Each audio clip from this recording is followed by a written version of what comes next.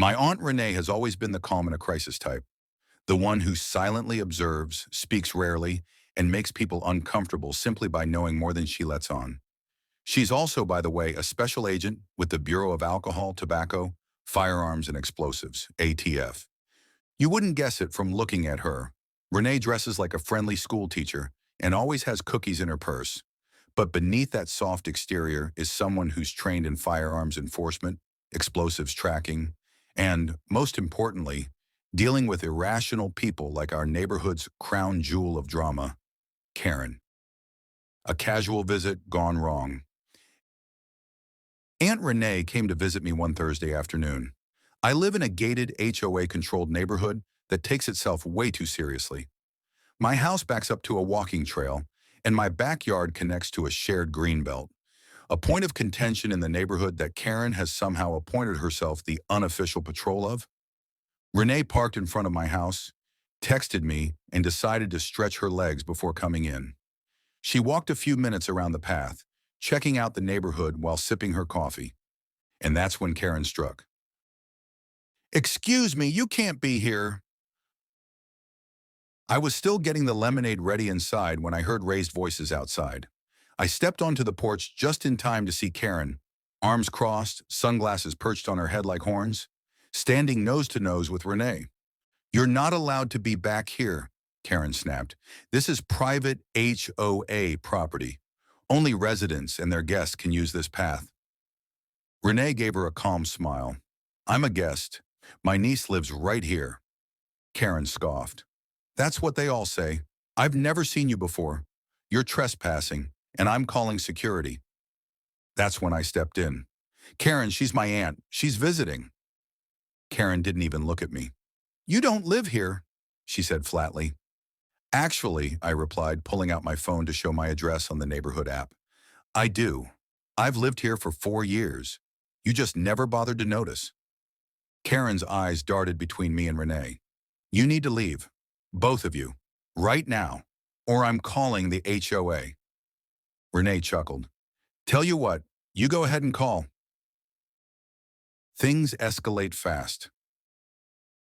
Karen, flustered but committed, pulled out her phone and started loudly describing a suspicious woman trespassing on HOA property, possibly casing homes. Renee raised one eyebrow and turned toward me. "Want me to handle this?" she asked. I just nodded. "Please." Renee pulled out a slim leather wallet from her jacket, flipped it open, and held it out just as Karen turned around. "I'm Special Agent Renee Maddox, Bureau of Alcohol, Tobacco, Firearms, and Explosives," she said clearly. "You're accusing a federal agent of trespassing while standing on shared HOA-owned land."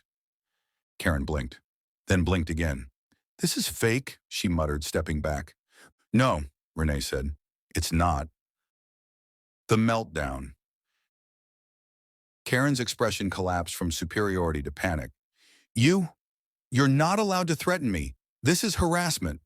"Ma'am," Renee said firmly, "I didn't threaten you. I gave you my credentials.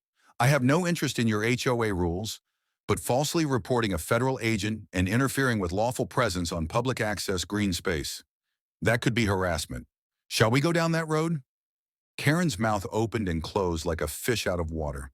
She finally turned and stormed off, muttering about lawsuits. The aftermath. The HOA president, Mr. Connors, came by an hour later after Karen filed an incident report. When he saw Renee's badge, he looked like he'd swallowed a lemon. "We, appreciate your service, Agent Maddox. We had no idea Karen would escalate." Renee smiled sweetly. "You may want to consider who speaks on behalf of your neighborhood." He nodded quickly and left. Karen didn't leave her house for the next 3 days. When she finally did, she walked the opposite direction of my home every time. The best part? Later that week, Renee called me laughing. "You'll love this," she said.